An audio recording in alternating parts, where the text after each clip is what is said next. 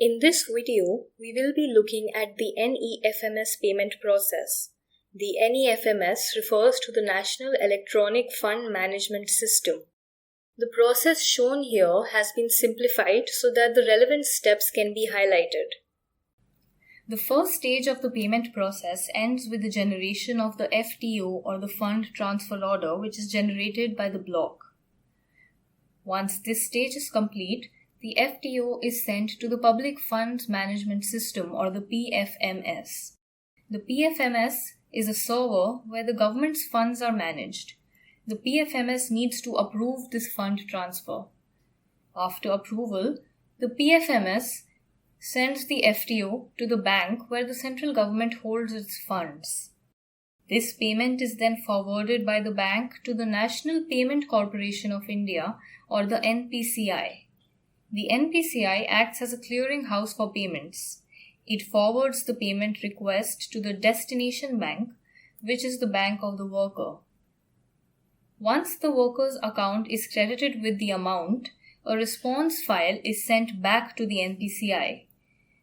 Through this and the e-FMS, the NREGA MIS is also updated. In total, there are 3 responses that are reflected on the MIS regarding a wage payment status. The first is when the account is successfully credited with the wage. It is important to note that sometimes the MIS shows a successful credit, but because the wrong Aadhaar or account details were entered in the NREGA MIS, the payment has actually gone to a completely unrelated person's bank account. So while the payment was indeed successfully credited, it went to the wrong person's account. This is not considered to be a rejected payment, and we will deal with this issue in our later videos. The second is when the payment is pending. This means that the money is on its way. The third is when the payment is rejected and the money goes back to the MORD's account. A rejected payment is basically like a bounced check. The money is sent from the government's account, but it is not able to get deposited into the worker's account.